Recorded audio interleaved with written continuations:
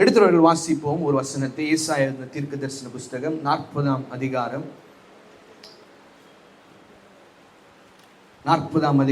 3ஆம் 4ஆம் வசனத்தை வாசிங்க பார்க்கலாம். கர்த்தருக்கு வழியை ஆயத்தப்படுத்துங்கள், அவாந்திர வெளியிலே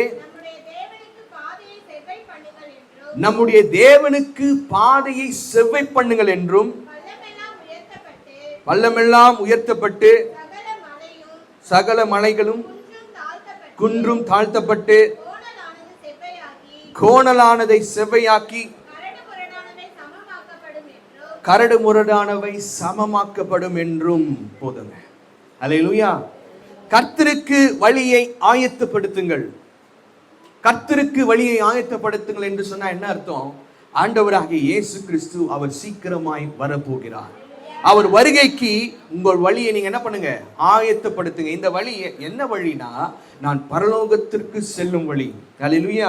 நான் நித்தியத்திற்கு செல்லும் வழி. இந்த நித்தியத்திற்கும் செல்லும் வழியை நான் என்ன பண்ணணும்? நான் ஆயத்தப்படுத்தி, எனக்கு முன்பதாக இருக்கிற ஆண்டவர் என்ன பண்றார்? எல்லா கோணலான வழிகளை, எல்லா கரடுமுரடான பாதைகளை செவ்வையாக்கி என்னை நேர் வழியாய் நடத்தி செல்லும்படியாய் கர்த்தர் எனக்கு உதவி செய்கிறார். ஹல்லேலூயா.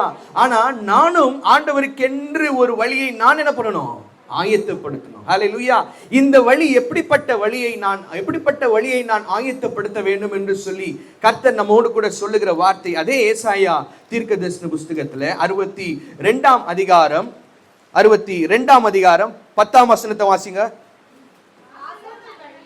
வாசல் வழியாய் பிரவேசியுங்கள், ஜனத்திற்கு வழியை செவ்வைப்படுத்துங்கள், பாதையை உயர்த்துங்கள், அதில் உள்ள கற்களை பொறுக்கி போடுங்கள், ஜனங்களுக்காக கொடியை ஏற்றுங்கள். கர்த்தருக்கு என்று வழியை நான் ஆயத்தப்படும் போது எனக்கு முன்பதாய் இருக்கிற ஒரு சில கற்கள் இருக்கிறது. இந்த கற்களை நான் என்ன பண்ணணும்னா, நான் பொறுக்கி போட்டாதான் அந்த வழிக்குள்ளே நான் செல்ல முடியும். ஆண்டவருடைய வருகைக்கு நான் அந்த வழியை ஆயத்தப்படுத்த முடியும். அல்லேலூயா, அல்லேலூயா. இன்றைக்கு நம்முடைய வழியில, நம்முடைய பாதையில சில தடைகள் ஆகிய கற்கள் இருக்கிறது. இந்த கற்களை நான் எடுத்து போட்டாதான், இந்த கற்களை நான் பொறுக்கி போட்டாதான் நான் என்ன பண்ண முடியும்? கர்த்தருக்கென்று அந்த வழியை நான் ஆயத்தப்படுத்த முடியும். இன்றைக்கு நம்முடைய பாதையில சில கற்களை ஆண்டவர் அனுமதிக்கிறாரா, இல்லை இந்த கற்களை நான் எப்படி மேற்கொள்ளுவேனா என்று சொல்லி இந்த நாளிலே ஆண்டவர் நம்மோடு கூட பேச போகிறார். ஹல்லேலூயா. பாருங்க, 2 விதமான கற்கள் இருக்கிறது. ஃபர்ஸ்ட் விதமான கல் பாருங்க, லாசரு மரித்து எத்தனை நாள் ஆயிடுச்சு? 4 நாள் ஆயிடுச்சு. 4 நாள் ஆனதுக்கு அப்புறம் ஆண்டவராகிய இயேசு கிறிஸ்து அப்ப அங்க வருகிறாரு. அவர் வந்து சொல்லுகிற வார்த்தை, கல்லை புரட்டி போடுங்கள் அப்படின்னு சொல்றாரு. இந்த கல்லை ஏன் புரட்டி போடணும்னா, இந்த கல்லை புரட்டி போட்டாதான் ஆண்டவர் என்ன பண்ண முடியும்? அற்புதத்தை செய்ய முடியும். அல்லேலூயா. அப்போ நான் என்ன பண்ணணும்? ஆண்டவர் எனக்கு முன்பதாய் வைத்திருக்கிற அந்த கற்களை என்னுடைய பாதைக்கு நான் ஆண்டவருக்கு செவ்வையான பாதையை ஏற்படுத்தி ஆண்டவருக்கு வழியை ஆயத்தப்படுத்தும் போது எனக்கு முன்பதாய் இருக்கிற இந்த கற்களை நான் என்ன பண்ணணும்? புரட்டி போட்டாதான் ஆண்டவருடைய மகிமையை, ஆண்டவருடைய அற்புதத்தை நான் என்ன பண்ண முடியும்? பெற்றுக்கொள்ள முடியும். அப்போ எனக்கு முன்பதா இருக்கிற கல்லை நான் என்ன பண்ணணும்? நான் அகற்ற வேண்டும், நான் பொறுக்கி போடணும், நான் தள்ளி விடணும். அப்பொழுதுதான் நான் கர்த்தருக்கென்று அந்த வழியை நான் ஆயத்தப்படுத்த முடியும். அப்போ எனக்கு முன்பதா இருக்கிற கற்களை நான் என்ன பண்ணணும்? ஃபர்ஸ்ட் எடுத்து போடணும். இன்னொரு விதமான கல் இருக்குது. ஆண்டவராகிய இயேசு கிறிஸ்து மரித்து 3ஆம் நாள் உயிர்த்தெழும் போது அதிகாலையிலே வாரத்தின் 1ஆம் நாள் மக்தலேனா மரியாளும் சில ஸ்திரீகளும் ஆண்டவருடைய கல்லறைக்கு போறாங்க. அங்க கல்லறைக்கு போகும்போது இந்த ஸ்திரீகள் எல்லாம் என்ன பேசி கொண்டு போறாங்க? ஐயோ, நாம போகிறதுக்கு முன்னாடி அங்க ஒரு பெரிய கல் இருக்குமே, அந்த கல்லை யார் நமக்கு புரட்டி போட போகிறா என்று சொல்லி அவங்க ஒரு சந்தேகத்தோடு, இந்த கேள்வியோடு, இந்த காரியத்தோடு அவங்க போறாங்க. ஆனா அவங்க போகும்போது நீங்க பாத்தீங்கன்னா அங்க கல் புரட்டப்பட்டு இருந்தது. அல்லேலூயா. அங்கே தேவ தூதனானவர் ஒரு கல்லின் மேலே நின்று கொண்டிருந்து அவர்களுக்கு காட்சி அளிக்கிறார். அப்போ என்னுடைய வாதையில சில கற்களை ஆண்டவர் தள்ளி போடுகிறாரு, சில கற்களை நான் அகற்றி போடணும். ஹல்லேலூயா. என் திராணிக்கு தக்கதான, என் பலத்திற்கு மிஞ்சினதான கற்களை ஆண்டவர் என்ன பண்றாருங்க? அகற்றி போடுகிறார். என்னால முடியல என்று அவர் அறிந்திருப்பார் என்று சொன்னா, அவர் எனக்கு முன்பதாக இருக்கிற கற்களை ஆண்டவர் என்ன பண்றாரு? அகற்றி போடுகிறார். ஆனா என் திராணிக்கு உட்பட்டு இருக்கிற கற்களை என்னால நான் இந்த கல்லை புரட்டி போட முடியும் என்று அவர் நினைத்திருப்பார் என்று சொன்னா, இந்த கல்லை நான் தான் அகற்றி போடணும், இந்த கல்லை நான் தான் பொறுக்கி போடணும், இந்த கல்லை நான் தான் அகற்ற வேண்டும். ஏன் தெரியுமா? இது என்னால முடியும் என்று சொல்லி ஆண்டவர் அறிந்திருக்கிறார். அப்போ ரெண்டு விதமான கற்கள் எனக்கு முன்பதாக இருக்கிறது. என்னுடைய பலத்தினால அகற்ற முடியக்கூடிய கற்கள், ரெண்டாவது என்னுடைய பலத்தினாலே என்னால் அகற்ற முடியாத கூடிய இருக்கிற கற்கள். ஹல்லேலூயா. அப்ப என் பலத்திற்குள்ளே மிஞ்சின இருக்கிற கற்களை குறித்து தான் இந்த நாளில் உங்களோடு கூட நான் பேச போகிறேன். ஹல்லேலூயா. அப்ப என் பலத்திற்குள்ள என் திராணினால முடியும், என்னால இந்த கல்லை புரட்டி போட முடியும் என்று சொல்லி இந்த நாளிலே கர்த்தர் எப்படிப்பட்ட கற்களை குறித்து நம்மளோடு கூட பேசிக் கொண்டிருக்கிறார் என்று சொல்லி நாம நன்றாய் புரிந்து கொள்ளணும். ஃபர்ஸ்ட், இந்த கற்கள் என்னுடைய பாதையில் இருக்கும்போது 3 காரியங்கள் என்னுடைய வாழ்க்கையில நடக்குது. ஃபர்ஸ்ட் காரியம், இந்த கல் நான் நடக்கும்போது சில நேரத்தில் எனக்கு ஒரு காயத்தை கொடுக்கலாம். ஹல்லேலூயா, ஹல்லேலூயா. இந்த கல் என்ன பண்ணலாம்? எனக்கு ஒரு காயத்தை கொடுக்கலாம். இந்த கல்லை நான் பார்க்காம நான் நடந்துட்டேன்னா கொஞ்சம் தூரம் நல்லா நடக்கிற மாதிரி தான் இருக்கும். ஆனால் திடீர்னு ஒரு ஷார்ப்பா ஒரு கல் இருந்துச்சுன்னா அது என்ன பண்ணும்? என் காலில் கீறிடும். என்னுடைய கற்கள் என்னுடைய பாதையில் முட்கள் இருந்துச்சுன்னா அந்த முள் என் காலுக்குள்ள போயிடுச்சுன்னா என்ன ஆயிடும்? புண்ணாயிடும். அப்போ இந்த கற்களாலே எனக்கு சில காயங்கள் வருகிறது. ரெண்டாவது, கற்கள் இருக்கும்போது நம்முடைய வேகத்தை என்ன பண்ணும்? குறைச்சிடும். நீங்க ஹைவேஸ்ல ஒரு கார் போகிறதுக்கும் ஒரு மலை மேல ஒரு கார் போகிறதுக்கும் வித்தியாசத்தை பார்த்துக்கிறீங்களா? ஹைவேஸ்னா 1 ஹவர்ல 100 கிலோமீட்டர் போயிடலாம். ஆனா அதே 1 ஹவர்ல ஒரு மலை மேல ஏறணும்னா 10 to 15 கிலோமீட்டர் தான் என்ன பண்ண முடியும்? போக முடியும். ஏன்? பாதியில் என்ன இருக்குது? கற்கள் இருக்குது. அப்ப நான் போகிற வேகம் ஃபாஸ்டா இருக்குது. ஆனா நடுவுல சில கற்கள் வரும்போது அது என்ன பண்ணுது? என்னுடைய வேகத்தை குறைக்கிறதா இருக்கிறது. மூன்றாவது, இந்த கல் என்னை என்ன பண்ணுது? என்னை இடறி விழ பண்ணுகிறது. என்ன பண்ணுது? என்னை இடறி விழ பண்ணுகிறது. நல்லா போய்கிட்டு தான் இருக்கிறேன். திடீர்னு ஒரு கல்லை நான் பார்க்காம நான் போறேன் பாருங்க. அந்த கல் என்ன பண்ணுது? கீழே இடறி விழ செய்கிறது. அப்போ 3 கற்கள். இந்த கற்கள் என்ன பண்ணுது? ஃபர்ஸ்ட், என்னை காயப்படுத்துது. ரெண்டாவது, என்னுடைய வேகத்தை குறைக்கிறது. மூன்றாவது, என்னை இடறிவிழ பண்ணுகிறது. ஹல்லேலூயா, ஹல்லேலூயா. கர்த்தருக்கு வழியை ஆயத்தப்படுத்துங்கள். கர்த்தருக்கென்று வழியை நீங்க செவ்வைப்படுத்துங்கள். அப்போ ஆண்டவராகிய இயேசு கிறிஸ்து நமக்கு முன்பதாய் ஒரு வழியை அவர் ஆயத்தப்படுத்தி அவர் இந்த உலகத்திற்கு வந்து அவர் என்ன பண்ணிருக்கிறாரு? சிலுவையை சுமந்து எனக்காக புதிதும் ஜீவனுமான ஒரு மார்க்கத்திற்கு வழியாய் செல்லும்படியான ஒரு பாதை அவர் எனக்கு காண்பித்து கொடுத்திருக்கிறார். இந்த பாதையில நான் நடக்கும்போது சில கற்களை ஆண்டவர் எடுத்து போடுகிறார். ஹல்லேலூயா.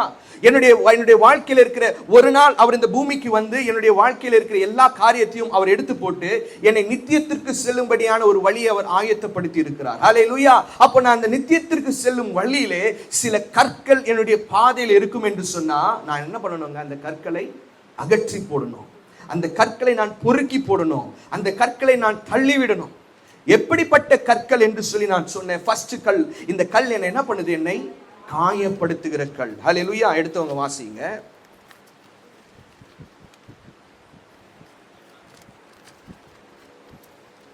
எரேமியா எழுதின தீர்க்கதரிசன புஸ்தகம் 30ஆம் அதிகாரம் 12ஆம் வசனம் வாசிங்க பார்க்கலாம். கர்த்தர் சொல்லுகிறது என்னவென்றால், உன் புண் ஆறாததாயும் உன் காயம் கொடியதாயும் இருக்கிறது. கர்த்தர் சொல்லுகிறது என்னவென்றால், உன் புண் ஆறாததும் உன் காயம் கொடியதாயும் இருக்கிறது. இந்த புண் எதனால வருது? இந்த காயம் எதனால வருது? அதே 15ஆம் வசனத்தை வாசிக்க பார்க்கலாம். உன் நெருக்கத்தினாலும் உன் வேதனையின் மிகுதியினாலும் நீ கூக்குரலிடுவானேன். திரளான, இந்த வசனத்தை அண்டர்லைன் பண்ணுங்க, திரளான உன் அக்கிரமத்தின் நிமித்தமும் பலத்து போன உன் பாவங்களின் நிமித்தமும் இப்படி உனக்கு செய்தேன். ஹல்லேலூயா, ஹல்லேலூயா. உன் அக்கிரமத்தின் நிமித்தமும் பலத்து போன உன் பாவங்களின் நிமித்தமும். ஹல்லேலூயா. அப்போ என்னுடைய வாழ்க்கையில சில காயங்கள், சில புண் ஏன் ஆறாம இருக்குது? ஏதோ என்னுடைய வாழ்க்கையில ஒரு பாவத்தின் கல் என்னுடைய பாதையில இருக்கிறது. இந்த பாவத்தின் கல் என்னை என்ன பண்ணுது? என்னை ஆண்டவர்கிட்ட சேராதபடிக்கு ஒரு பெரிய தடையா இருக்கிறது. இந்த பாவம் என்கிற கல் என்னை என்ன பண்ணுது? என்னை காயப்படுத்துகிறது. இந்த பாவம் என்கிற கல் என்னை என்ன பண்ணுது? என்னை ஆண்டவர்கிட்ட வராதபடிக்கு ஒரு தடையா இருக்கிறது. இந்த பாவம் இருக்கிறதுனால தாங்க என் புண்ணு இன்னும் காயம் இன்னும் ஆறாம இருக்குது. அப்போ ஃபர்ஸ்ட் நான் என்ன பண்ணணும்னா, எனக்கு முன்பதா இருக்கிற பாவம் என்கிற அந்த கல்லை நான் அகற்றிவிடணும். ஹல்லேலூயா. பாவம் என்கிற இந்த கல்லை நான் என்னுடைய பாதையிலிருந்து பொறுக்கி போட்டாதான் நான் கர்த்தருக்கென்று அந்த வழியை நான் ஆயத்தப்படுத்த முடியும். ஹல்லேலூயா, ஹல்லேலூயா. ஆண்டவராகிய இயேசு கிறிஸ்து சீக்கிரமாய் வரப்போகிறார். இந்த பூமியிலே பாவம் பெருகிக் கொண்டே இருக்கிறது. எங்க பார்த்தாலும் பாவம் செய்கிறதற்கு ஒரு சின்ன சான்ஸ் இருந்தா போதும், நம்மளால ஈஸியா எளிதாய் பாவம் செய்து விடலாம். இந்த பாவம் இருக்கிறதுனால தான் என்னுடைய வாழ்க்கையில இருக்கிற சில புண்கள், சில காயங்கள் இதெல்லாம் ஆறாம இருக்கிறது. இன்றைக்கு இந்த பாவம் என்கிற கல்லை நான் எடுத்து போடுவேன் என்று சொன்னா நிச்சயமாய் ஆண்டவர் என்ன பண்ணுவாருங்க? நமக்கு என்று அவர் சொன்னபடி அந்த நித்தியத்தை தருவார். ஹல்லேலூயா, ஹல்லேலூயா. அப்போ பாருங்க, ஆண்டவர் ஆதாம் ஏவாளை உண்டு பண்ணின நோக்கம் எதுக்குன்னா, அவங்க ஏதேன் தோட்டத்தை என்ன பண்ணணும்? பண்படுத்தவும் பாதுகாக்கவும் என்ன பண்றாரு ஆண்டவர்? அவர்களை அந்த தோட்டத்துல வைக்கிறார். ஆனா ஆதாம் ஏவாளும் ஒரு சின்ன தப்பு பண்ணிட்டாங்க. என்ன பண்ணிட்டாங்க? பாவத்தை உள்ள வர என்ன பண்ணிட்டாங்க? அனுமதிச்சிட்டாங்க. இந்த பாவத்தை உள்ள வர அனுமதித்ததுனால பாவம் அவங்களுக்குள்ளே வந்தது. அவங்க நித்தியத்தை அவங்க இழந்துட்டாங்க. ஹல்லேலூயா. ஆனா ஆண்டவராகிய இயேசு கிறிஸ்து இந்த பூமிக்கு வந்து நம்மளுடைய வாழ்க்கையில இருக்கிற நாமும் ஒரு நாளும் இந்த பாவத்துல விழுந்து போயிருந்தோம். ஆனா இந்த பாவத்தை விழுந்து போயிருந்த நம்மை ஆண்டவர் தூக்கி எடுத்து நமக்கென்று ஒரு வழியை ஆயத்தப்படுத்தி இந்த சபையில நம்மை கொண்டு வந்து வைத்திருக்கிறார். ஹல்லேலூயா. இப்ப முன்பது தூரமா இருந்த நாம் இப்பொழுது அவருடைய சபையின் மூலமாய் அவருடைய பிரசனத்திற்குள்ளே, அவருடைய சமூகத்திற்குள்ளே நம்ம கிட்ட வந்திருக்கிறோம். ஆண்டவர் நமக்கென்று ஒரு வழியை அவர் ஆயத்த பண்ணி இருக்கிறார். இனி நான் ஆண்டவருக்கென்று ஒரு வழியை நான் ஆயத்தப்படுத்தணும். நான் ஆண்டவருக்கென்று ஒரு வழியை நான் ஆயத்தப்படுத்துவேன் என்று சொன்னா, ஆண்டவர் இந்த நாளிலே நமக்கு முன்பதாக இருக்கிற பாவத்தின் கல்லை எடுத்து போடு என்று சொல்லி நம்மோடு கூட பேசிக்கொண்டிருக்கிறார். வாசிங்க ஒரு வசனத்தை. யோவான் எழுதின தீர்க்கதரிசன புஸ்தகம் 8ஆம் அதிகாரம். இந்த அதிகாரத்துல 1ஆம் வசனத்திலிருந்து பார்த்தீங்கன்னா, ஒரு விபச்சார ஸ்திரீயை வேத பாடகர்கள், பரிசேயர்கள் கையும் களுவுமாய் பிடித்து கொண்டு ஆண்டவருக்கு முன்பதாக நிறுத்துறாங்க. ஆண்டவருக்கு முன்பதாக நிறுத்திட்டு, ஆண்டவரே இவள் பாவம் செய்தாள், இவளை கல்லெறிந்து கொள்ள வேண்டும் என்று சொல்லி இந்த கல்லை அவங்க என்ன பண்றாங்க? கையில எடுக்கிறாங்க. ஏன்னா இந்த கல்லு அந்த ஸ்திரீ மேல பட்டுச்சுன்னா என்ன ஆகும்? காயம் உண்டாகும். அப்போ இந்த கல் இவர்கள் மேல படுவதற்கு முன்பதாக கர்த்தர் என்ன பண்றாரு? அவளை பாதுகாக்கிறார். ஹல்லேலூயா. ஆண்டவர் ஒரே ஒரு வார்த்தை தான் கேட்டார். உங்களில் யாரு பாவம் செய்யாதவர்களோ நீங்கள் முதலாவது கல்லை எடுத்து இவள் மேல எறியுங்கள் என்று சொல்லி சொல்றார். அப்போ அந்த இடத்துல யாருமே என்ன பண்ணல? நிக்கல. ஏன்னா ஆண்டவருக்கு தெரியும் இவங்க எல்லாரும் பாவம் செஞ்சவங்க தான். ஹல்லேலூயா, ஹல்லேலூயா. இப்போ ஆண்டவரும் ஒரு வார்த்தையை சொல்றாரு.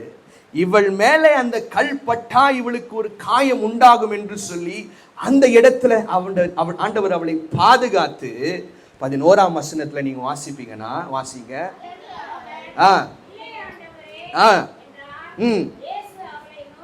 இயேசு அவளை நோக்கி தீர்க்கிறதில்லை, இனி போ, இனி பாவம் செய்யாதே என்று சொல்லி ஆண்டவர் அவளை அனுப்பி வைக்கிறார். ஒருவேளை அன்றைக்கு ஆண்டவர் பாவம் செய்யும்படி அவளுக்கு அந்த இடத்துல எல்லாரும் கல்லெறியும்படி ஆண்டவர் அனுமதித்திருப்பார் என்று சொன்னா அவளுக்கு ஒரு பெரிய காயம் வந்திருக்கும். ஹல்லேலூயா.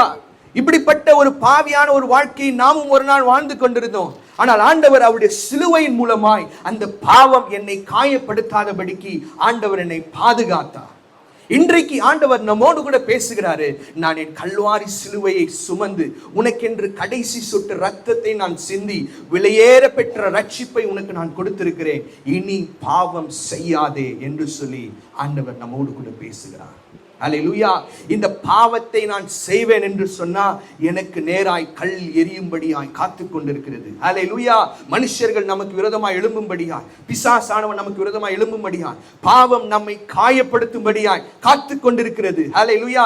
எதிர்பார்த்து கொண்டிருக்கிறது. ஆனால் நான் செய்ய வேண்டிய காரியம் பாவத்தை வெறுத்து பாவத்தை விட்டு ஓடி இந்த பாவம் என்கிற கல்லை என்னுடைய பாதையிலிருந்து நான் அகற்றி போட வேண்டும்.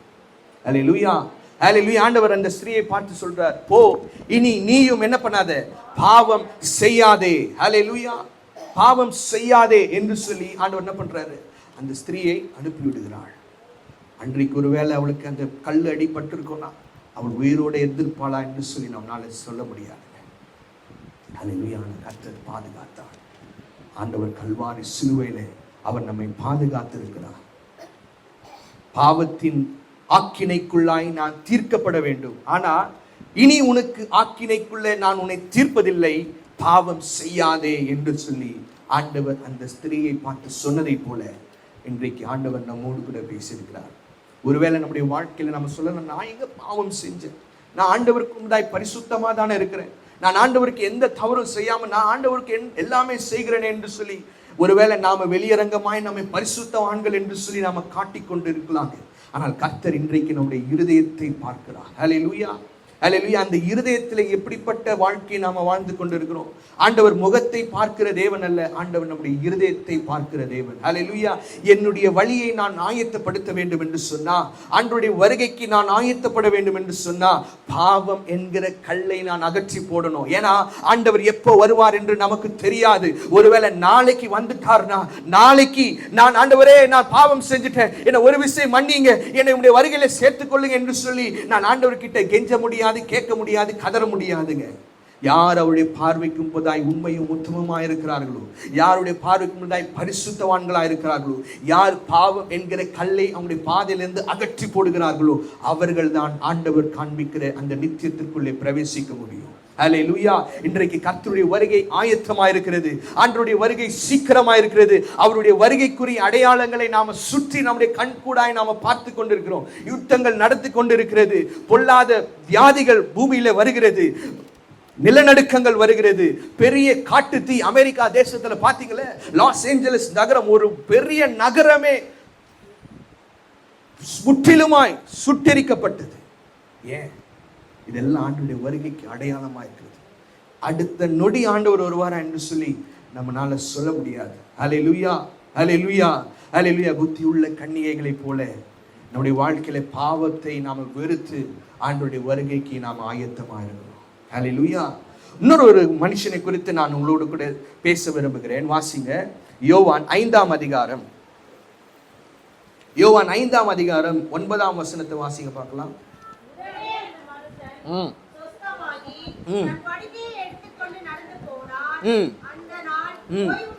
பாருங்க, 38 வருஷம் பெதஸ்தா குளத்துல இருந்த ஒரு மனிதன், அவனுக்கு கை கால் விழுந்துருச்சு, அவனால நடந்து போக முடியாது. அவன் சொல்றான், யாராவது ஒருத்தர் என்ன அந்த குளத்துக்கிட்ட போய் விட்டாங்கன்னா நான் அந்த குளத்துக்குள்ள விழுந்தேன்னா நான் அந்த சுகத்தை பெற்றுக்கொள்வேனே என்று சொல்லி 38 வருஷமாய் காத்து கொண்டிருக்கிறான். ஆனால் ஒரு நாள் இயேசு அந்த வழியாய் வந்து அவனை தொட்டு அவனை சுகமாக்கினான். அல்லேலூயா. இப்போ ஆண்டவர் அவனை பார்த்து ஒரு வார்த்தை சொல்கிறார் பாருங்க. 13ஆம் வசனத்தை வாசிங்க.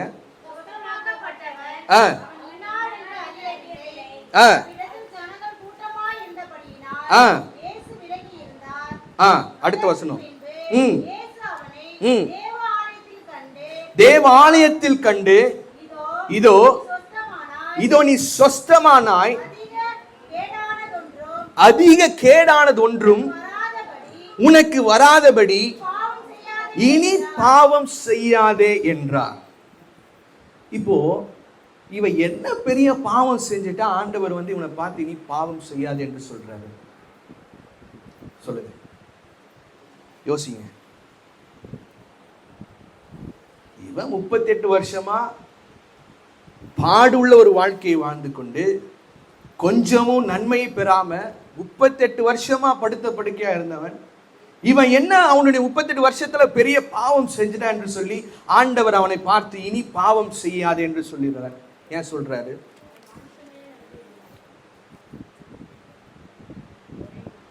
இல்ல, அது கிடையாது. சொல்லுங்க, ஆன்சர்ஸ் கொடுங்க. வாய் அதிகமா பேசிட்டானா?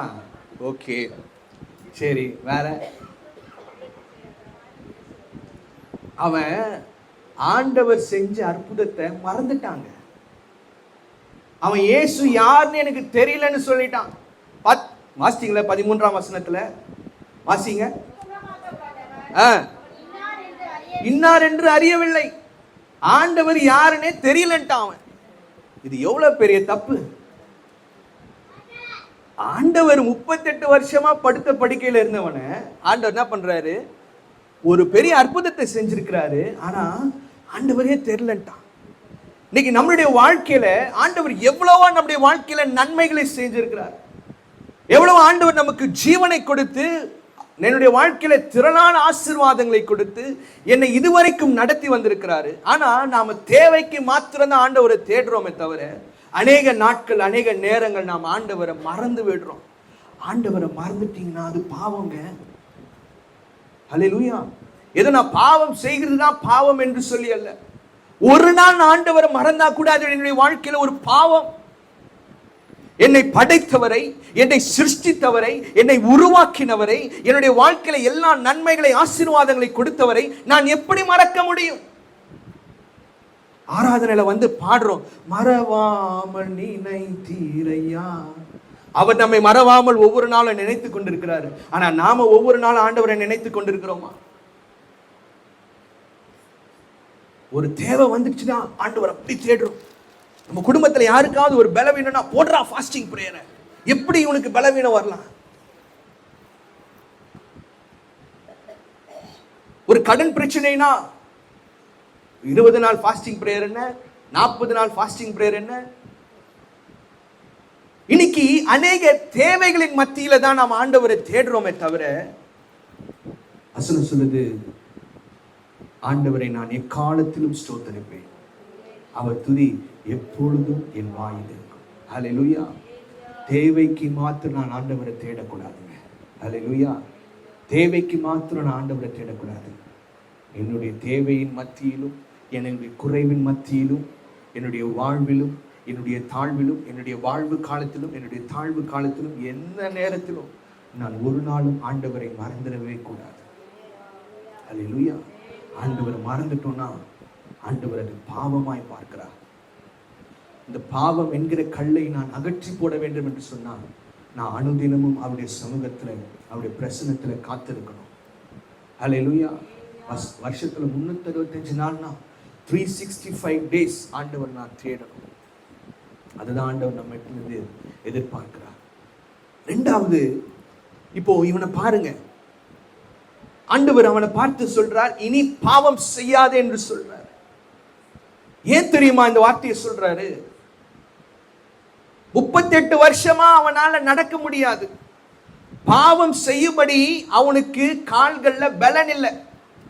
ஒருவேளை அன்னைக்கு 38 வருஷமா அவன் காத்துறாம ஆண்டவர் ஒரு வருஷத்துல அவனுக்கு பெதஸ்தா குளத்துல இருந்து அவனுக்கு ஒரு பெரிய விடுதலை கொடுத்திருந்தான்னு வச்சுக்கோங்க, அவனுடைய கால்கள் எதற்கு நேராக போயிருக்கும்? பாவத்தை செய்யும்படிக்கு நேராக ஓடி இருக்கும். அதனால ஆண்டவர் ஒரு எச்சரிப்போடு, ஒரு வார்னிங்கோடு சொல்றாரு, நீ சொஸ்தமானாய், நீ என்ன பண்ணாத, இனிமேல் பாவம் செய்யாத.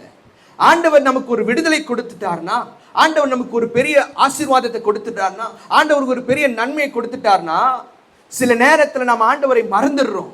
இது என்னை எதுக்குள்ளாய் நேராய் தள்ளுகிறது? என்னை பாவத்திற்கு நேராய் தள்ளுகிறது. கொஞ்சம் கையில பணம் இருந்துச்சுன்னா போதுங்க, ஆண்டவர் நம்ம மறந்துடுறோம். கொஞ்சம் ஆண்டவர் நம்ம நல்ல ஆசீர்வாதமா, நமக்கு எந்த பலவீனமும் எந்த சுகவீனமும் இல்லாதபடிக்கு ஆசீர்வாதமா நம்ம வைத்திருப்பார் என்று சொன்னா சில நேரத்தில் ஆண்டவர் நம்ம மறந்துடுறோம். சில நெருக்கம் வருது பாருங்க, அந்த நெருக்கத்தின் நேரத்துல நம்ம ஆண்டவர் விடாம இருக்கிறோம். ஹல்லேலூயா. ஹல்லேலூயா. ஏன் தெரியுமா? அந்த நெருக்கத்தின் மத்தியில தான் நம்ம ஆண்டவரை தேடுறோம். ஒரு விசாலத்திற்குள்ள இருக்கும் போது சில நேரத்துல நம்ம ஆண்டவரை மறந்துடுறோம். அன்றைக்கு ஆண்டவர் அவனை பார்த்து சொல்றாருப்பா, உன் ஆத்துமா எனக்கு விலையேற பெற்றதுப்பா. 38 வருஷமா நீ இந்த பெதஸ்தா குளத்துல இருந்து காரணம் ஏன் தெரியுமா? உன் ஆத்துமாவை நான் பாதுகாத்தேன். ஒருவேளை நான் உனக்கு நான் 1ஆம் வருஷத்திலே உனக்கு இப்படி ஆனதுன்னு சொல்லி நான் உன்னை ரட்சிப்பேன், உன்னை நான் ரட்சித்திருப்பேன் என்று சொன்னா, நீ ஒருவேளை உன் கால்கள் பாவத்திற்கு நேராய் ஓடி இருக்கும். ஹல்லேலூயா. ஹல்லேலூயா. ஆனா நான் உன்னை சொஸ்தமாக்கினேன், இனி பாவம் செய்யாத. ஆண்டவர் நமக்கு ஒரு விடுதலை கொடுக்கிறார்னா, இனி அதிலே நான் மீண்டுமாய் விழாதபடிக்கு, அந்த பாவத்திலே நான் மீண்டும் செய்யாதபடிக்கு நான் பரிசுத்தமாய் என்னை காத்துக்கொள்ளணும். இன்னைக்கு அநேக நெருக்கத்தின் மத்தியில தான் நாம் ஆண்டவரை அதிகமாய் தேடுறோமே தவிர, விசாலத்துல வரும்போது சில பெருமையின் பேச்சுகள் வருகிறது. சில பணம் கையில வந்துச்சுன்னா ஓகே பார்த்துக்கலாம். இல்லைங்க, எக்காலத்திலும் நான் ஆண்டவரை தேடணும், எக்காலத்திலும் நான் ஆண்டவரை ஸ்தோத்தரிக்கணும், ஒவ்வொரு நாளும் நான் ஆண்டவருடைய சமூகத்துல காத்திருக்கணும். அன்றைக்கு ஆண்டவர் அவனுக்கு 38 வருஷம் கழிச்சு அவனுக்கு ஒரு அற்புதத்தை செய்வதற்கு ஒரு காரணம் உண்டு. ஆண்டவர் அது வரைக்கும் அவனை ஆத்மாவை பாதுகாத்தார். இப்போ சொல்றாரு, தபாப்பா உன்னை நான் ஸ்வஸ்தமாக்கிட்டேன், இனி உன் வாழ்க்கை உன் கையிலே, இனி நீ உனக்கு இஷ்டம் போல நீ வாழலாம், உன் கால் எங்க வேணா போனான்னு நினைச்சாலும் போகலாம். ஆனா நான் உனக்கு சொல்றேன், ஒரு எச்சரிப்போடு, பாவம் செய்யாதே. ஹல்லேலூயா, ஹல்லேலூயா. ஆண்டவரை மறக்க கூடாது. நான் நெருக்கத்தின் மத்தியிலே ஆண்டவரை தேடணும். ஆண்டவர் எனக்கு ஒரு ரட்சிப்பை கொடுத்து என்னை ஒரு விடுதலைக்குள்ளே கொண்டு வருவார் என்று சொன்னா, ஆண்டவருடைய பாவத்தை, என்னுடைய சுமையை லைட்டா கொஞ்சம் லகுவாக்குவார் என்று சொன்னா, உடனே அதை நம்ம அட்வான்டேஜ் எடுத்துக்கொண்டு ஆண்டவரை விட்டு மற்றவங்களுக்கு நம்ம முக்கியத்துவத்தை கொடுத்து நம்ம போகக்கூடாதுங்க. எல்லா நேரத்திலும் நான் ஆண்டவரை தேடுகிறவனா இருக்கணும். ஹல்லேலூயா. இந்த பாவம் என்கிற கல்லை என்னுடைய வாழ்க்கையிலிருந்து நான் அகற்றி போட வேண்டும். ஹல்லேலூயா. பாருங்க, ஆண்டவர் கிதியோனை பார்த்து சொல்லுகிறார், கிதியோனே பராக்கிரமசாலியே, you have all the strength, ஆனா நீ ஒரு காரியத்தை செய்யணும். வாசிங்க,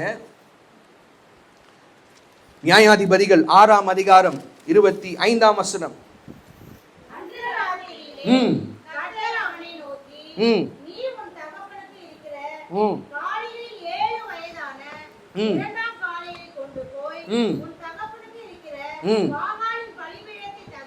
பாகாலின் பலிபீடத்தை தகர்த்து கோப்பை வெட்டி போடு, இந்த கல்லை நீ அகற்றி போடு, இந்த கல்லை நீ எடுத்து போடு, அப்பொழுது உனக்கு நான் ஒரு ஜெயத்தை கொடுப்பேன் என்று சொல்லி ஆண்டவர் சொல்றார். ஹல்லேலூயா.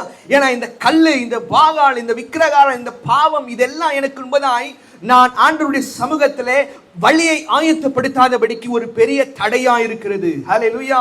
ஆண்டவர் சொல்கிறார், கிதியோனே பராக்கிரமசாலியே, நான் உனக்கு ஜெயத்தை தருவேன், நீ எளிதாய் போய் இந்த மீதியானுகளை மேற்கொள்ளலாம், உன் கூட இருக்கிற 300 பேர்களை கொண்டு நான் உங்களுக்கு ஒரு பெரிய ஜெயத்தை தருவேன். ஆனா முதலாவது நீ இந்த பலிபீடத்தை, இந்த கல்லை நீ என்ன பண்ணணும்? நீ அகற்றி போடணும். இந்த கல்லை நான் அகற்றி போட்டாதான் நான் ஜெயம் கொள்ளுகிற ஒரு வாழ்க்கையை வாழ முடியும். ஜெயம் கொள்ளுகிறவன் எவனும் அவனும் என்னோடு கூட பிதாவுடைய சிங்காசனத்தில் உட்காரும்படிக்கு நான் அருள் செய்கிறேன். ஹல்லேலூயா. அப்போ இந்த பாவம் என்கிற இந்த கல்லை நான் பொறுக்கி போட்டாதான், இந்த பாவம் என்கிற கல்லை நான் அகற்றி போட்டாதான் நான் கர்த்தருக்கென்று வழியை ஆயத்தப்படுத்த முடியும். ஏன் தெரியுமா? இந்த கல் என்னை காயப்படுத்தும். ஹல்லேலூயா, ஹல்லேலூயா. இந்த கல் எனக்குள்ளே ஒரு பெரிய காயத்தை உண்டு பண்ணும். இந்த கல்லை நாம் அகற்றி போடுவோம், கர்த்தருக்கென்று வழியை நாம் ஆயத்தப்படுத்துவோம். 2வது நான் என்ன சொன்னேன்? இந்த கல் நான் போகிற வேகத்தை என்ன பண்ணும்? குறைக்கும். வாசியுங்கள், 1 ராஜாக்கள் 18ஆம் அதிகாரம் 45ஆம் வசனம், 46ஆம் வசனம்.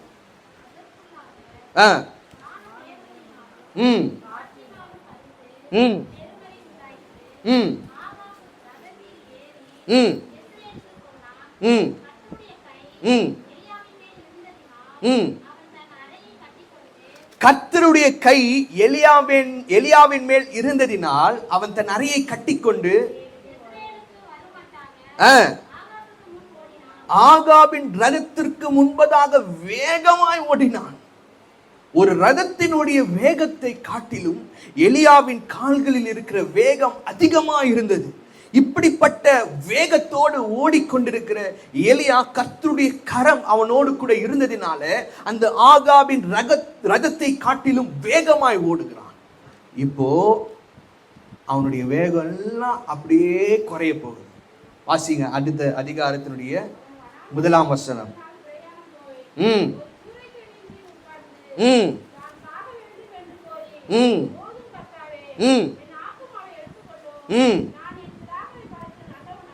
நல்லவன் அல்ல.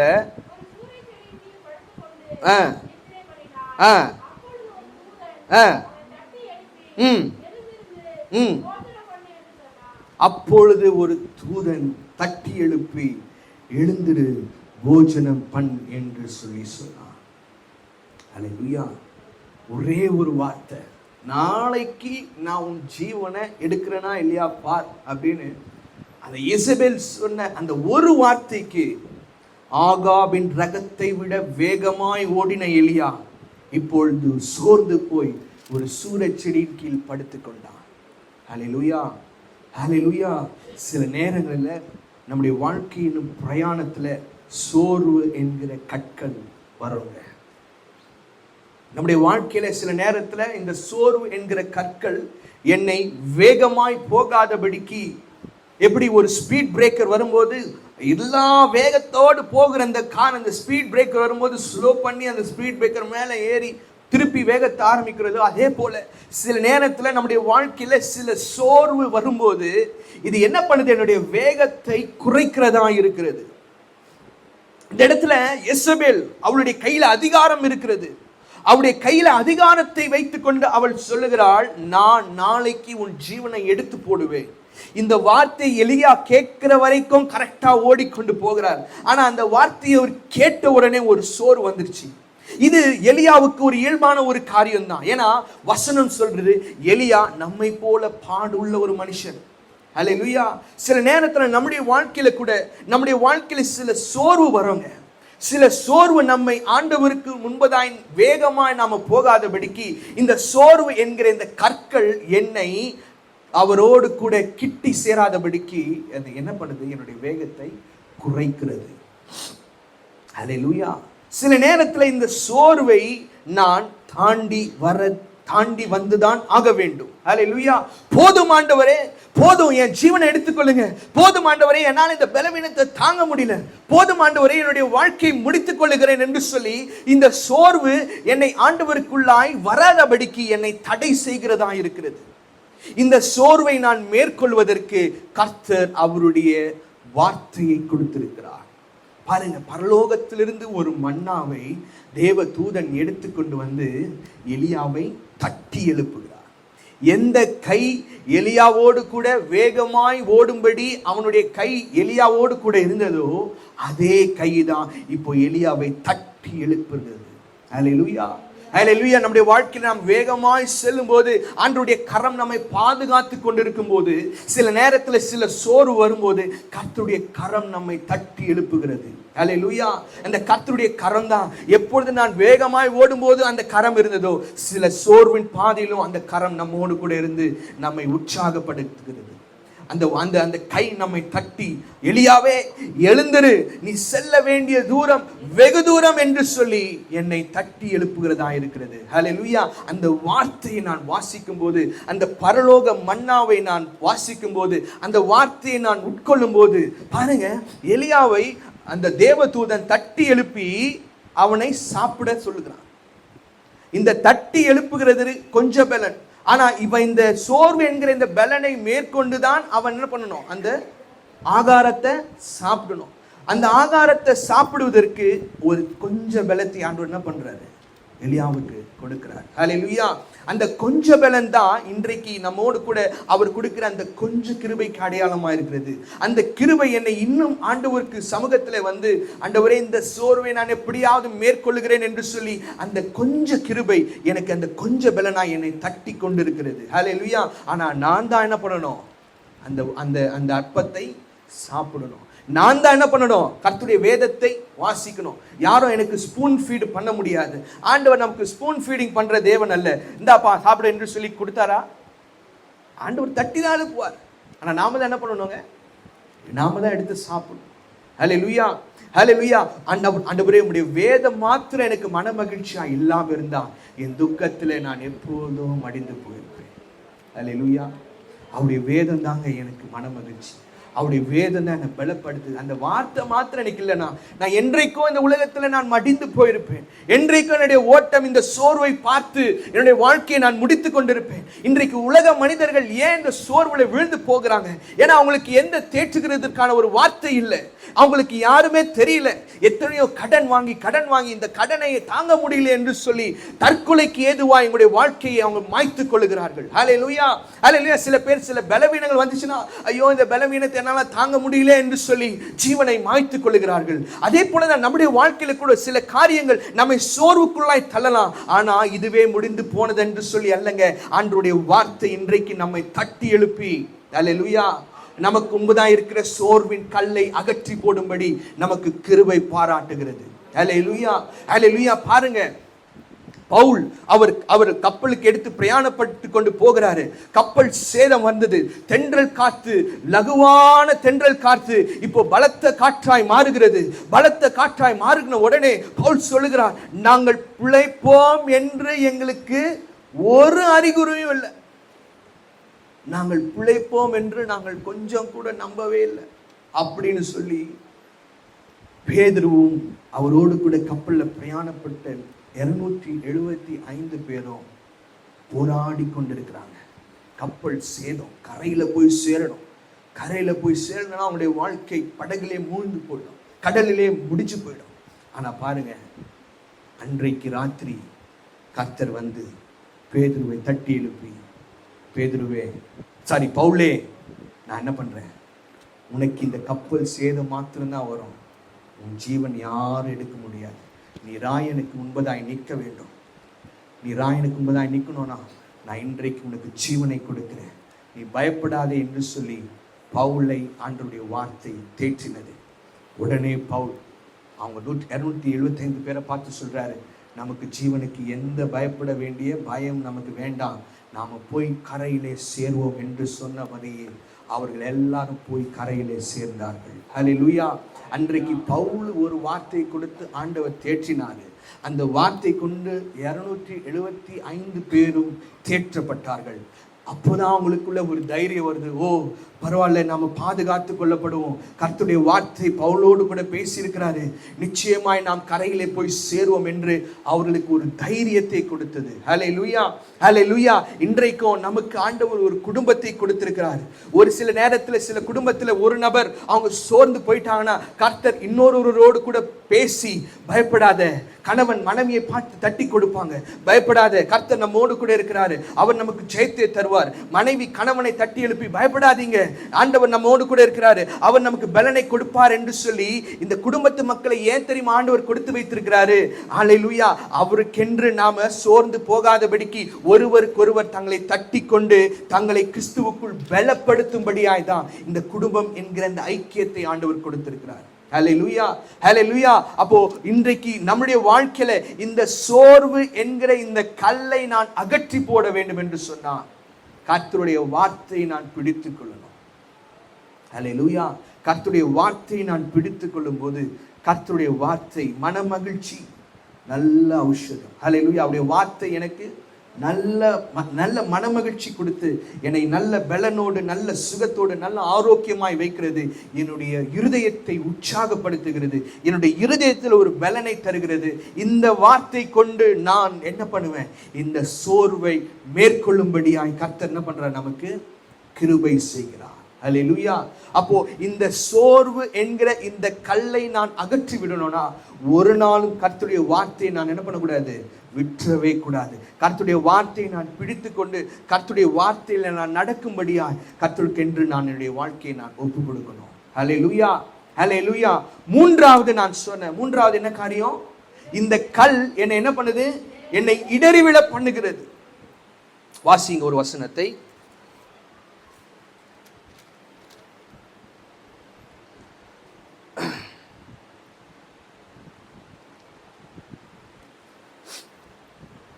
ஒன்று பேதுரு 2ஆம் அதிகாரம் 6, 7, 8.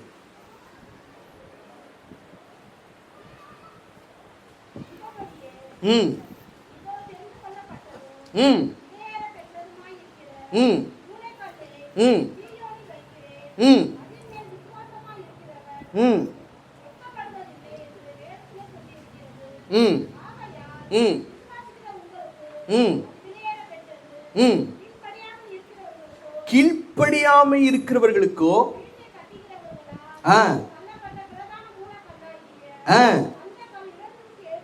அந்த கல் இடறலுக்கு ஏதுவான கல். அல்லேலூயா.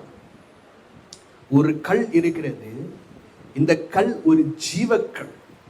இந்த கல் யாருன்னா ஆண்டவராகிய இயேசு கிறிஸ்து. இந்த கல்லின் மேல் ரெண்டு கூட்டத்தை பற்றி இந்த இடத்துல பேதுரு காண்பிக்கிறார். ஒரு கூட்டம் என்ன பண்ற கூட்டம்? விசுவாசிக்கிற கூட்டம். ஒரு கூட்டம் கீழ்ப்படியாத கூட்டம். விசுவாசிக்கிற கூட்டம் அந்த கல்லின் மேல் விசுவாசித்து நித்திய ஜீவனை பெற்றுக்கொள்ளுது. இன்னொரு கூட்டம் கீழ்ப்படியாமையினால இடறி விழுந்து பெற்றுக்கொள்ள வேண்டிய நித்திய ஜீவனை தவற விடுகிறது. அல்லேலூயா, அல்லேலூயா. இந்த கூட்டத்தில் நான் எந்த கூட்டத்தில் இருக்கேன்னு சொல்லி நாம கொஞ்சம் நன்றாய் நாம ஆராய்ந்து பார்ப்போம். ஆண்டவர் மேல நாம விசுவாசமா இருக்கிறோமா, இல்லை ஆண்டவருடைய வார்த்தைக்கு நாம கீழ்ப்படியாம இடறி விழுகிறவர்களா இருக்கிறோமா?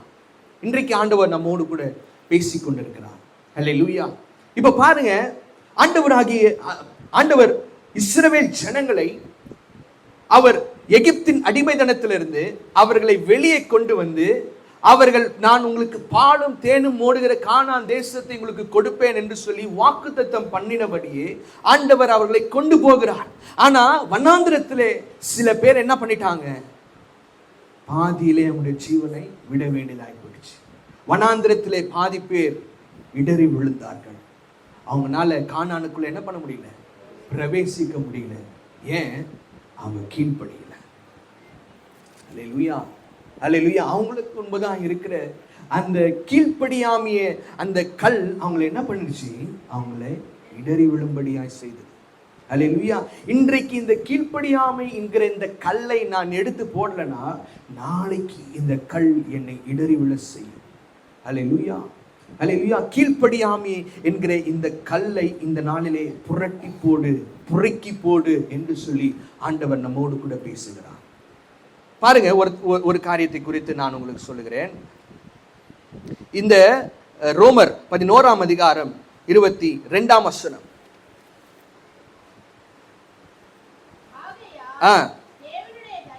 தேவனுடைய தயவையும் கண்டிப்பையும் பார், விழுந்தவர்களிடத்திலே கண்டிப்பையும்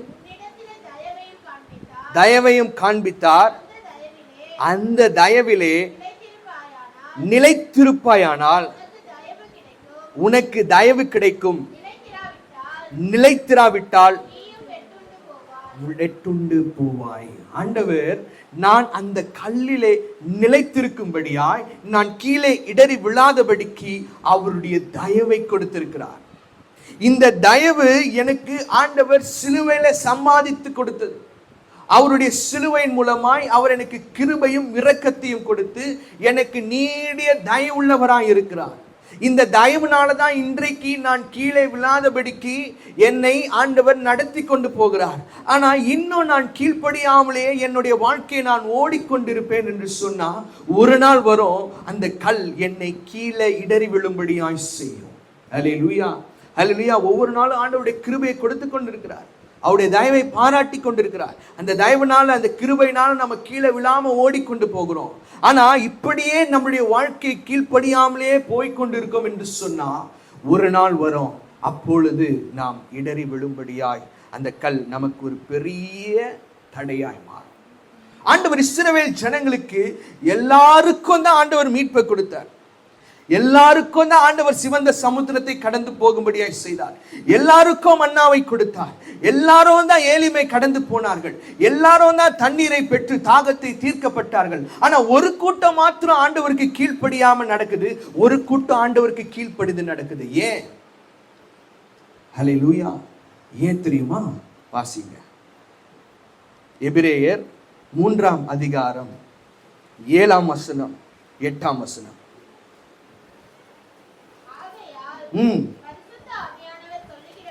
பரிசுத்த ஆவியானவர் சொல்லுகிறபடியே இன்று அவருடைய சத்தத்தை கேட்பீர்களாகில், இன்றைக்கு என்னுடைய வார்த்தையை நீங்க கேளுங்க என்று சொல்லி ஒரு எச்சரிப்போடு ஆண்டவர் பேசுறாரு. சொல்லுங்க. வனாந்திரத்திலே கோபம் மூட்டின போதும் சோதனை நாளிலும் நடந்தது போல உங்கள் இருதயங்களை கடினப்படுத்தாதிருங்கள். ஏன் தெரியுமா நான் ஆண்டவருக்கு கீழ்ப்படியாம இருக்கிறேன்? ஏன் தெரியுமா ஆண்டவருடைய வார்த்தையை நான் செவி சாய்க்காம இருக்கிறேன்? என்னுடைய இருதயம் கடினமா இருக்கிறது. அல்லேலூயா. My heart is hardened. என்னுடைய இருதயம் கடினமா இருக்கிறதுனால அந்த இடத்துல அந்த வார்த்தை போய் அந்த இருதயத்துல தங்கி இருக்க முடியல. அந்த இருதயம் கடினமா இருந்ததுனால இந்த இடத்துல சொல்றாரு, நீங்க வனாந்திரத்திலே கோபம் ஊட்டினதை போல, சோதனை நாளிலே கோபம் ஊட்டினதை போல இப்படி பண்ணாதீங்க. இப்படி நீங்க ஏன் பண்றீங்கன்னா உங்களுடைய இருதயம் கடினமா இருக்கிறது. பாருங்க, ஆண்டவராகிய இயேசு கிறிஸ்து 3 வருஷம் இந்த பூமியில ஊழியம் செஞ்சார். அநேக திரளான கூட்டங்கள் இருந்தாங்க. ஒரு கூட்டம் அவரோடு கூட எப்பொழுதும் இருக்கிற சீஷர்கள் கூட்டம். ஒரு கூட்டம் கர்த்தருடைய வார்த்தையை கேட்கணும் என்று சொல்லி ஓடி வந்து கர்த்தருடைய வார்த்தையை கேட்டுட்டு ஓடி போயிடுவாங்க. அவங்களுக்கு தேவையெல்லாம் கர்த்தருடைய வார்த்தை வேணும், கர்த்தருடைய வார்த்தையை கேட்கணும், கர்த்தருடைய வார்த்தைக்கு வரணும்.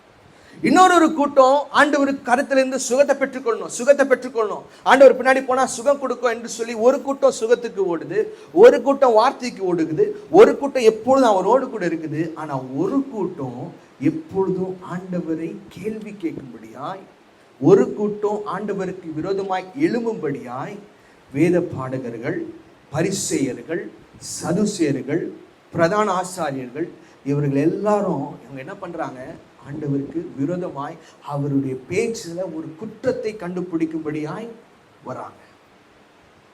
அல்லேலூயா. 4 விதமான கூட்டங்கள் இருக்குதுங்க. அந்த 4 விதமான கூட்டங்கள் என்னன்னு சொல்றேன். நான் சொன்னேன் இல்லைங்களா, ஃபர்ஸ்ட் அவருடைய சீஷர்களுடைய கூட்டம். அந்த சீஷர்கள் எப்பொழுதும் ஆண்டவரோடு கூடவே இருப்பாங்க. அவர் எங்கே போனாலும் அவர் பின்னாடி இருப்பாங்க. அவர் எங்கே தங்கி இருக்கிறார்களோ அந்த இடத்துல அவங்களும் தங்கி இருப்பாங்க. சீஷர்கள் எப்பொழுதும் அவரோடு கூட இருப்பாங்க. ஒரு கூட்டம் அவருடைய வார்த்தைக்கு கேட்டு வருகிற கூட்டம். இன்னொரு கூட்டம் அவருடைய கரத்திலிருந்து சுகத்தை பெற்றுக்கொள்ளணும் என்று சொல்லி வருகிற கூட்டம். 4வது ஒரு சில கூட்டம் அவருடைய வார்த்தையில, அவருடைய பிரசங்கத்திலே குற்றத்தை கண்டுபிடிக்கும்படியாய் வருகிற கூட்டம். ஒரு பாவி இருக்கிறான், ஆண்டவர் பேசுகிற அந்த வார்த்தையை கேட்டு ஒரு பாவி ரட்சிக்கப்பட்டு மனம் திரும்புறான். ஆனா அந்த வார்த்தை பரிசேயர்களுக்குள்ள மனம் திரும்புதலை கொண்டு வரல. சமாரியா ஸ்திரீயை பார்த்து சொல்கிறாள், அவள் ஆண்டவருடைய வார்த்தைக்கு கீழ்ப்படிஞ்சு அவள் ரட்சிப்பை பெற்றுக் கொள்கிறாள். ஆனா அங்க இருந்த சதுசேயர்களுக்கு அந்த மாற்றம் அவளுக்கு வரல. சகேயு ஆண்டவருடைய வார்த்தையை கேட்டு இறங்கி வந்து, ஆண்டவரே இன்றைக்கு நான் உன் வீட்டில் தங்க வேண்டும் என்று சொன்ன உடனே வீட்டை திறந்து கொண்டு ஆண்டவர் அவனையும் அன்றைக்கு ரட்சித்தார். ஆனா பரிசேயர்கள், சதுசேயர்கள், வேத பாடகர்கள் இவர்களுக்குள்ள அந்த வார்த்தை கிரியை செய்யல. ஏன் தெரியுமா? அவங்க ஆண்டவருடைய வார்த்தை வந்து கேட்கும்படி முன்னாடி உட்கார்ந்து கேட்கிறதுக்கு முன்பதாகவே அவங்களுடைய இருதயத்தை கடினப்படுத்தி இந்த முன்னாடி வந்து உட்கார்ந்தாங்க. அவங்களுடைய இருதயம் கடினமா இருந்ததுனால அவர் பேசுற பேச்சுல ஏதாவது ஒரு குறையை கண்டுபிடிக்க வேண்டும் என்று சொல்லி ஓக்கமா கேட்டுக்கொண்டிருக்கிறாங்க. அவர் இன்றைக்கு இந்த ஓய்வு நாள்ல அவர் எப்படி அற்புதத்தை செய்ய முடியும்? அவர் எப்படி இந்த காரியத்தை செய்ய முடியும்? அவர் யார்? அவர் ராஜாவா? அவர் யூதருக்கு ராஜாவா? அவர் தன்னையே ராஜா என்று பேசிக் கொள்கிறார்களே என்று சொல்லி எல்லாவற்றுக்கும் அவர்கள் குறையை கண்டுபிடித்துக் கொண்டிருக்கிறாங்க. ஏன் தெரியுமா? அவங்க வந்து அந்த வசனத்தை கேட்கிறதுக்கு முன்பதாகவே அவங்களுடைய இருதயம் கடினமா இருக்கிறது. இன்றைக்கும் இந்த வார்த்தையை கேட்டுக்கொண்டிருக்கிற நாம், இந்த வார்த்தையை நாம ஏற்றுக்கொள்ளாதபடிக்கு சில இருதயங்கள் கடினமா இருக்கும் என்று சொன்னா, கர்த்தருடைய வார்த்தைக்கு நான் கீழ்ப்படிய மாட்டேன். கர்த்தருடைய வார்த்தைக்கு நான் கீழ்ப்படினோனா என் இருதயம் கடினமா இருக்கக்கூடாதுங்க. ஹல்லேலூயா. என்னுடைய இருதயம் கடினமா இருக்கும் என்று சொன்னா அது என்னை இடறி விழும்படியாய் செய்கிறது. ஏன் தெரியுமா? அது என்னை கீழ்ப்படியாமைக்குள்ளே தள்ளுகிறது. ஹல்லேலூயா, ஹல்லேலூயா. இன்றைக்கு நம்மோடு கூட ஆண்டவர் பேசிக் கொண்டிருக்கிறார். இந்த கீழ்ப்படியாமையை நான் அகற்றி விடணும்னா கர்த்தருடைய வார்த்தைக்கு என்னை நான் அர்ப்பணிக்கணும். என்னுடைய இருதயம் கடினமா இருந்ததுன்னா கர்த்தருடைய வார்த்தையை என்னால கேட்க முடியாது. ஆண்டவரே, இன்றைக்கு கடினமான இருதயத்தை, ஆண்டவரே, எப்படி பார்வோனுடைய இருதயம் கடினமான இருதயமா இருந்தது, அவனால ஈஸியா இஸ்ரவேல் ஜனங்களை வெளியே கொண்டு வர முடியல. ஆனா அன்றைக்கு சங்கார தூதன் அவங்களுடைய வீட்டிலே ஒரு இடரலை கொண்டு வந்த போதுதான் பார்வோனுடைய இருதயம் லகுவாய் இஸ்ரவேல் ஜனங்களை அவன் வெளியே விட்டான். ஹல்லேலூயா. இன்றைக்கு சில காரியத்தை நம்முடைய வாழ்க்கையில அன்றைய கோபாக்கினைக்கு நாம கீழே விழாமல் நாம இருக்கணும் என்று சொன்னா, இன்றைக்கு எல்லா கடினமான இருதயங்களை ஆண்டவர் மாற்ற விரும்புகிறார். அல்லேலூயா. என்னுடைய இருதயம் கடினமா இருக்கும் என்று சொன்னா ஒரு நாள் கர்த்தருடைய கீழ்ப்படியாமை நான் என்ன பண்ணுவேன்? நான் கீழே விழுந்துடுவேன். இன்றைக்கு கர்த்தருடைய வார்த்தையை நான் கீழ்ப்படினோம்னா எல்லா கல்லான இருதயங்கள் இன்றைக்கு லகுவாய் மாறணும். அல்லேலூயா. ஏன் தெரியுமா? கல்லான இருதயம் உள்ளவர்கள் என்ன தெரியுமா செய்வாங்க? ஒரே ஒரு வாசத்தை சொல்றேன், வாசிங்க. சங்கீதம் 81 சங்கீதம் 12 வசனம். ஆகையால் விட்டுவிட்டேன், தங்கள் யோசனைகளின்படியே நடக்கிறார்கள். இருதயத்தின் கடினம் என்ன பண்ணும்? அவங்களுடைய யோசனையின்படியே அவங்க நடப்பாங்க. இன்னைக்கு நான் இந்த மெசேஜ் கேட்க போறேன், எனக்கு ஏற்ற மெசேஜா இருந்தா நான் எடுத்துப்பேன், இல்லைன்னா மற்றவங்களுக்கு அந்த வார்த்தை போயிட்டோம். ஏன்னா அவங்களுடைய யோசனையின்படி தான் வருவாங்க. கர்த்தருடைய யோசனைக்கு அவங்க இடம் கொடுக்க மாட்டாங்க. அவங்களுடைய யோசனையின்படி வர்றதுனால தான் அவங்களுடைய இருதயம் கடினமா இருக்கிறது. ரெண்டாவது அவங்களுக்குள்ள இருக்கிற காரியம், எரேமியா 7 அதிகாரம் 24 வசனம்.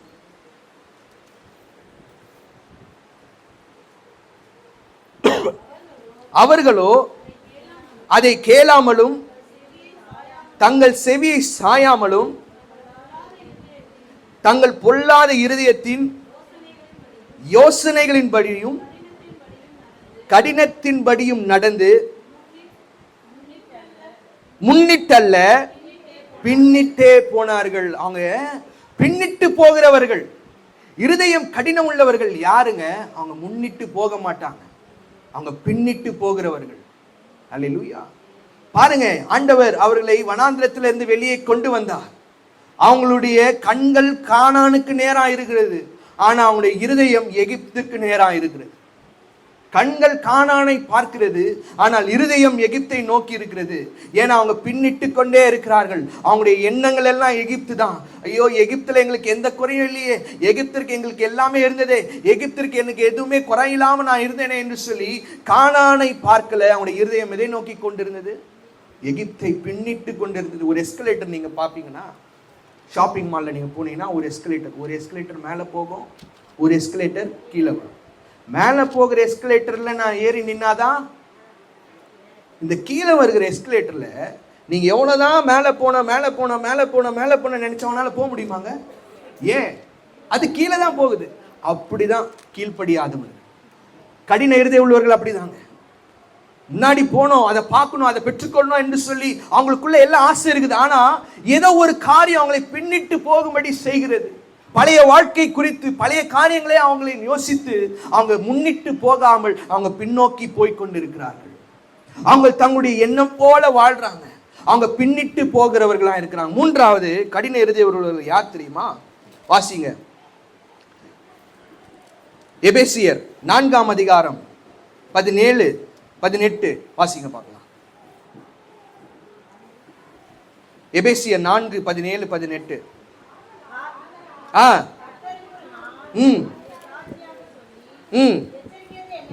என்னவெனில்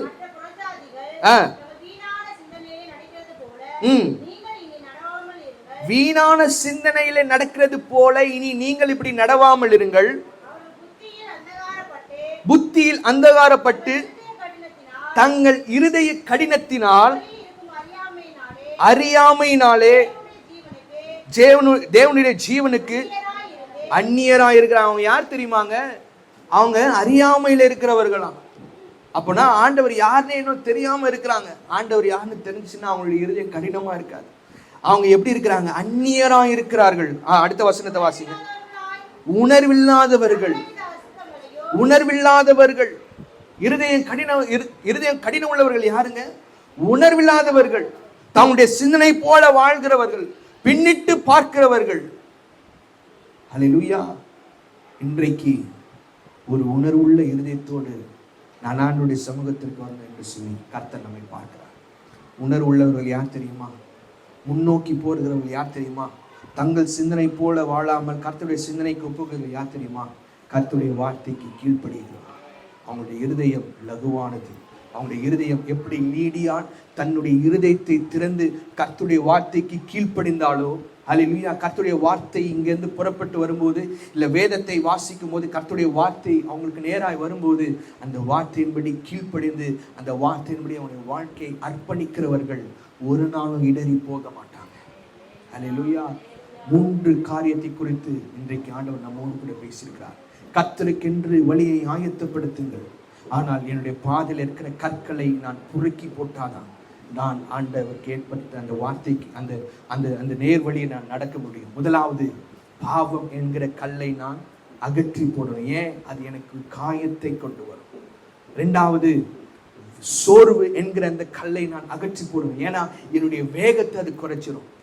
3வது, இடறி விழாமல் படி. கீழ்ப்படியினால நான் இடறி விழுகிறேன், கீழ்ப்படிஞ்சு ஆண்டவருடைய வார்த்தைக்கு என்னை நான் அர்ப்பணிக்கிறேன் என்று சொல்லி ஆண்டவருடைய வார்த்தைக்கு யார் ஒப்பு கொடுக்கிறார்களோ அவர்கள் இடறி விழாதபடிக்கு கர்த்தர் அவர்களுக்கு ஆயத்தம் பண்ணின அந்த நித்திய ஜீவனை பெற்றுக்கொள்ளும்படி அவர்கள் ஓடிக்கொண்டிருப்பார்கள். ஹல்லேலூயா, ஹல்லேலூயா.